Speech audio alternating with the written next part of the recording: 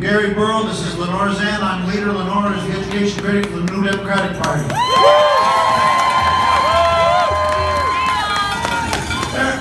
There are a few things that the people of Nova Scotia know very well. One of them is that we face the most demanding classroom situations across Nova Scotia that we've ever had in our lifetime. All the people of Nova Scotia know that. The people of Nova Scotia also know that at this moment we have the most qualified group of teachers we've ever had in the history of our province.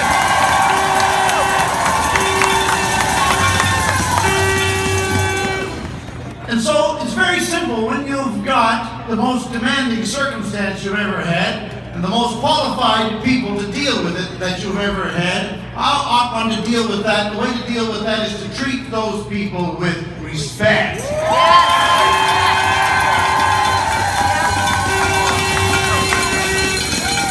But what we've had is the absolute opposite of respect. Here's what the opposite of respect is. The opposite of respect starts out with Bill 148. Starts out with Bill 148 that says that the teachers of the province will have no say whatsoever in the negotiating the incomes of the teachers of the province. That will be decreed instead by the Liberal Party of the province. How's that the opposite of respect? I'll tell you something else that's the opposite of respect. Every day in this legislature during its fall session, the Premier of the province would say to the House, and then he would go out in case anybody missed it and repeat it to the gathered media. He would speak his pre-prepared lines about the teaching profession. He would say, oh, these people, and he would say something about benefits. Then he would say something about accumulated sick days. And he would say, where do they want us to get it from? Do you want to take us from health care to these people? And this is the opposite of respect. We know the definition of that. That's insult. But the greatest insult of all, was offered across this street in the building on One Government Place that holds the Premier's office at 11 o'clock on Saturday morning 3 days ago. When the Minister of Education said that they were going to lock the students of the province out of the schools of the province by reason of a rule that was being made of the government of the province, because in the government's judgment the teachers could not be trusted with the safety of the students.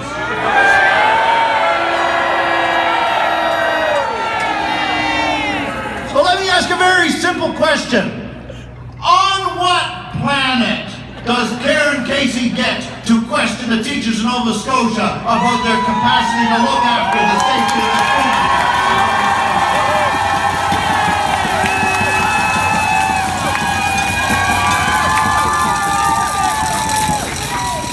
And now, in light of the withdrawal yesterday of the legislation, it is entirely clear to everyone about why that happened.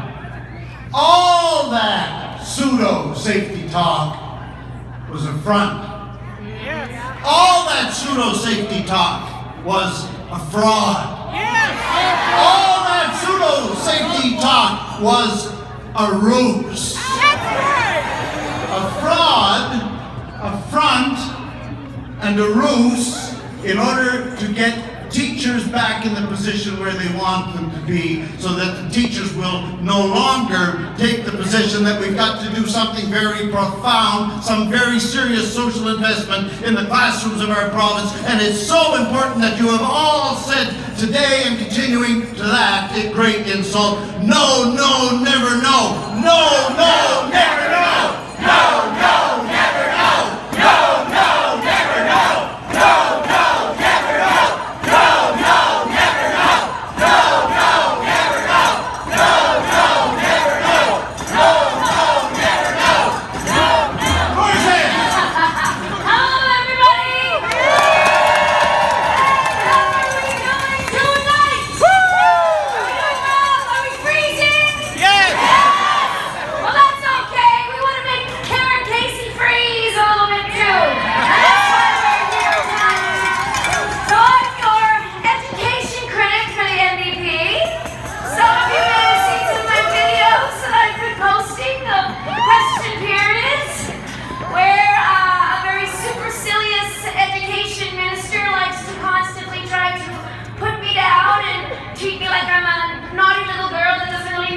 everything, but I do know something, and I've been talking to her about teachers' problems and teachers' challenges for the last couple of years now, and she kept telling me what a great friend she is to all the teachers. She talks to them all the time. And then she's done all kinds of consultation with them, too. 19,000 people wrote in on something online. So that's the consultation, right? I don't think so. I don't think so. That's why we're here tonight, to make sure that you know we're fighting for you inside the legislature, outside the legislature, wherever it takes, in the hills, in the dales, up on the mountaintops. We're here with you, and we'll stay with you till you get what you want.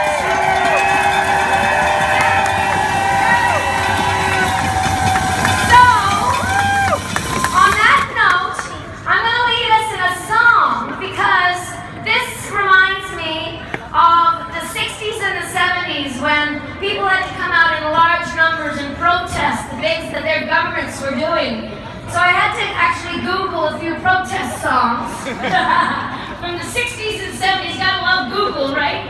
And I managed to find one that I taught to the students yesterday. So the students that were here, they learned it yesterday. And then I went to Truro, and we had the teachers in Truro all day there. So we're going to do it here tonight. And it's called We Shall Not Be Moved. Some of you may know it. So here we go. And this is our message to Mr. Stephen McNeil and Karen Casey. We shall not be moved. We shall not be moved, just like a tree that stands beside the water. We shall not be moved. There you go. We're fighting for our children. We shall not be moved. We're fighting for our children. We shall not be moved, just like a tree that stands beside the water. We shall not be moved. The teachers are united. We shall not be moved. The teachers are united. We shall not be moved, just like a tree that stands beside the water. We shall not be moved. Young and old together, we shall not be moved. Young and old together, we shall not be moved, just like a tree that stands beside the water. We shall not be moved. Here we go, do the chorus. We shall not be moved.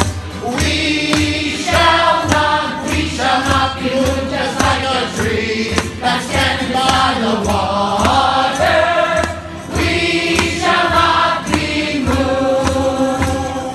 The unions are behind us. We shall not be moved. The unions are behind us. We shall not be moved, just like a tree that stands by the water. We shall not be moved. Take it away, Gary. We shall not be moved. We shall not be moved, just like a tree that stands beside the water.